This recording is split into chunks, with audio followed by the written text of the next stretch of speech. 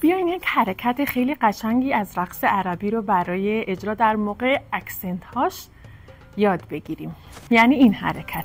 یک.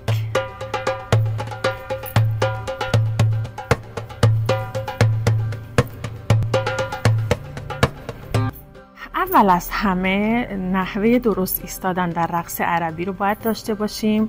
یعنی ماهیچه های این قسمت منقبض، قفسه سینه به سمت بالا، شانه ها راست، دست ها به حالت نیمه باز و پاها به اندازه عرض لگن باز.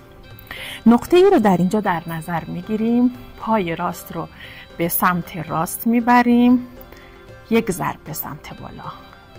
پای راست میاد سر جای خودش، پای چپ به سمت چپ، یک ضرب. پای راست به سمت راست، یک ضرب. پای چپ به سمت چپ، یک ضرب.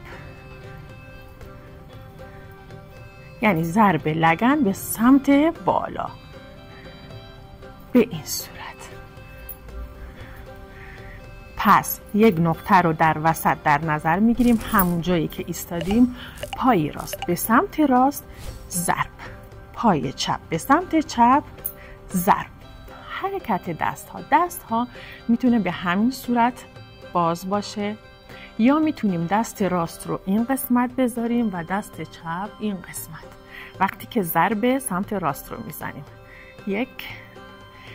موقعی که ضرب سمت چپ رو میخوایم بزنیم دست ها عوض میشه. دو. یک. دو. یک. دو.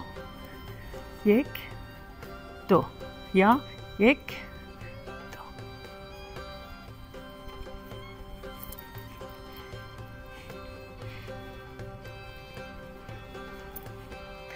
بریم که روی موزیک اجرا کنیم.